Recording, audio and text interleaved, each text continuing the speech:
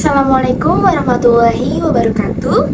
Perkenalkan, nama saya Zahra Nurafia dari Prodi PG PAUD semester 5 dengan mata kuliah Manajemen Pendidikan Anak Usia Dini, dosen pengampu Dr. Rita Riani MM, Universitas Pancasakti Bekasi.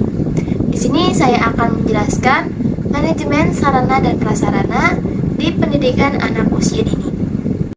Menurut Departemen Pendidikan Nasional atau Depdiknas, sarana pendidikan adalah peralatan dan perabotan yang secara langsung dalam proses pembelajaran di sekolah, seperti meja, kursi, dan tempat belajar. Sementara itu, prasarana pendidikan adalah perlengkapan dasar yang tidak langsung digunakan dalam pembelajaran, seperti jalan dan halaman. Pendidikan anak usia dini harus memenuhi persyaratan standar fasilitas dan prasarana, termasuk memiliki luas lahan minimal 300 meter persegi, ruangan kegiatan anak yang nyaman dan sehat dengan rasio minimal 3 meter persegi per anak, fasilitas cuci tangan dengan air bersih, ruangan untuk guru, ruangan kepala sekolah, ruang UKS, kamar mandi bersih, alat permainan edukatif, ruang bermain di dalam dan di luar ruangan, serta tempat sampah yang tertutup. Sarana yang diperlukan di pendidikan anak usia dini mencakup pertama itu ada perabot kelas seperti meja dan kursi anak, papan tulis, loker anak, tempat minum, dan meja guru yang aman dan sesuai dengan ukuran anak-anak. Perabot sebaiknya terbuat dari kayu yang tidak kasar, ringan, dan dicat dengan warna yang menarik. Yang kedua, alat peraga. Alat peraga adalah semua alat yang digunakan guru untuk menjelaskan materi pembelajaran. Contoh termasuk miniatur buah-buahan, tempat ibadah, orang berwudu, dan lukisan di dinding. Jumlah alat permainan edukatif harus disesuaikan dengan jumlah dan usia anak-anak untuk menghindari konflik. Yang ketiga ada media pembelajaran. Media pembelajaran adalah teknologi untuk menyampaikan pesan dalam pembelajaran. Pengaruhnya terhadap efektivitas pembelajaran dapat bervariasi dan dapat berupa sarana fisik yang disusun agar semua peserta didik dapat melihatnya dengan jelas. Yang keempat ada alat permainan edukatif yang berfungsi untuk meningkatkan perkembangan anak dengan aspek keamanan, kreativitas, dan dukungan terhadap aktivitas.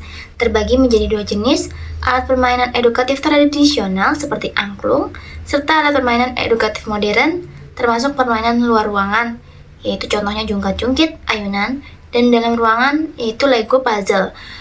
Alat permainan edukatif dapat dibuat oleh pabrik, guru, atau anak dengan sarana dalam ruangan dan outdoor yang beragam. Yang terakhir ada sarana sudut. Sarana sudut dalam model pembelajaran sentra terbagi menjadi 5, yaitu sudut ketuhanan, sudut budaya, sudut pembangunan, sudut alam sekitar, dan sudut keluarga. Sudut ketuhanan fokus pada nilai-nilai agama dengan replika tempat ibadah dan doa.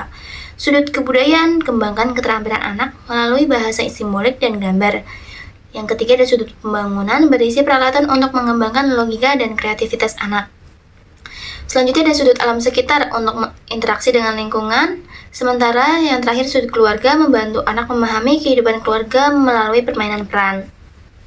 Prasarana pendidikan anak usia dini. Gedung pendidikan anak usia dini menurut Ibrahim Bafadal mencakup ruang belajar, area bermain, dan berbagai ruang lain di kompleksnya.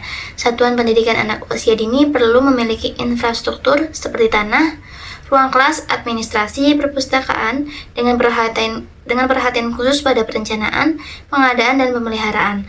Ruang bermain di dalam bangunan harus memiliki luas minimal 3 meter persegi peserta didik. Contoh luas ruang PAUD idealnya adalah 50 meter persegi dengan desain menarik, ringan, tahan lama, aman bagi anak, dan kapasitas sekitar 20 anak untuk usia 3-6 tahun.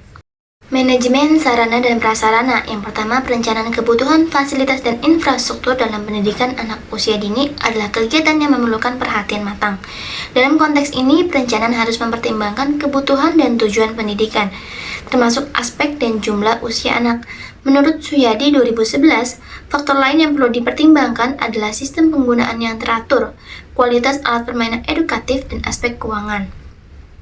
Pendanaan yang mencukupi menjadi faktor utama untuk memastikan pemenuhan fasilitas dan infrastruktur yang berkualitas. Proses perencanaan ini melibatkan analisis kebutuhan, penyusunan rencana perlengkapan, perbandingan dengan yang sudah ada, pengadaan sesuai anggaran, penilaian prioritas, dan penetapan rencana pengadaan akhir. Dengan perencanaan yang cermat, pemenuhan fasilitas dan infrastruktur pendidikan dapat berjalan efisien dan efektif. Yang kedua, pengadaan sarana dan prasarana di sekolah melibatkan berbagai metode seperti pembelian, hibah, atau penyewaan. Proses ini harus direncanakan dengan memperhitungkan kebutuhan peralatan pembelajaran, termasuk metode pengadaan seperti bantuan pemerintah, pembelian dari toko peralatan, permintaan sumbangan, penyewaan, atau pertukaran barang.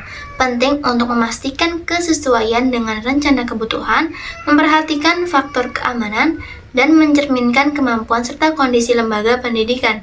Dalam kasus alat permainan edukatif, perlu dipahami kebutuhan dan manfaatnya untuk perkembangan anak.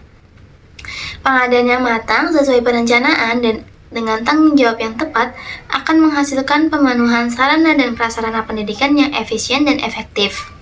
Yang ketiga, proses inventarisasi sarana dan prasarana dalam sekolah melibatkan pencatatan barang secara teratur dalam buku inventaris. Dengan tujuan menyusun daftar administrasi yang sesuai pedoman, aspek penting termasuk pencatatan rinci, pembuatan kode khusus, dan pelaporan berkala untuk memudahkan identifikasi dan manajemen barang inventaris. Inventarisasi melibatkan pemeriksaan kondisi dan penghitungan barang yang dicatat dalam buku inventaris dan dilaporkan kepada Dinas Pendidikan, memudahkan pihak terkait memahami kepemilikan lembaga. Proses pencatatan harus dilakukan secara cermat untuk menjalankan kegiatan inventarisasi dengan efektif dan efisien. Yang keempat, penggunaan sarana dan prasarana pendidikan melibatkan efisiensi dan efektivitas dalam memanfaatkan fasilitas serta infrastruktur sekolah.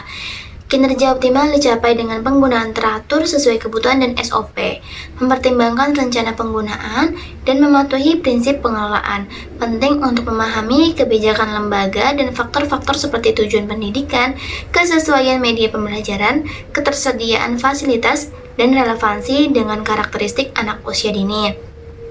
Organisasi yang baik, tugas yang jelas, pengaturan peralatan, serta perencanaan kegiatan mendukung efisien penggunaan fasilitas dan infrastruktur pendidikan anak usia dini, yang pada akhirnya meningkatkan efektivitas dan efisiensi proses pembelajaran.